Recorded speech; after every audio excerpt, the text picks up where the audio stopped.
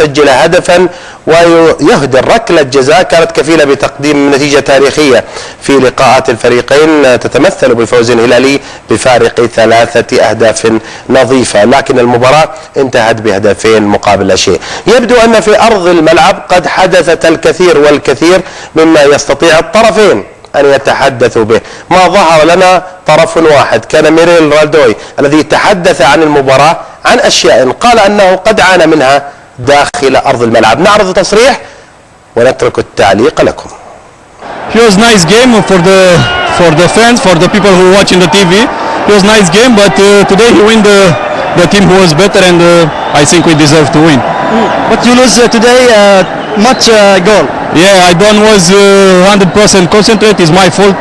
I'm sorry for the fans, for my colleague from the team, because I have to score. I'm sorry again. I think you have injury here. I don't know. Yeah, no. It's every time when we play with Nasser, this guy left back, I don't know. He make every time. He catch me like, I don't know, maybe he don't like the woman, he like the man, I don't know. How's the weather? Bad, huh? First half he was okay, but second half he was very, very bad for us, because when we try to breathe it's very, very hard.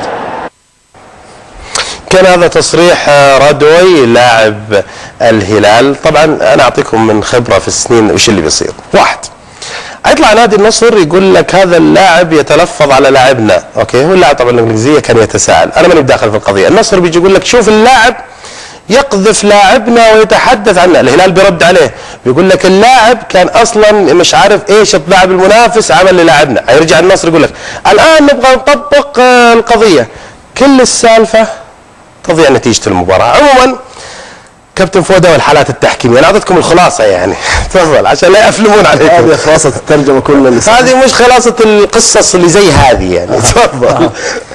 طبعا مبروك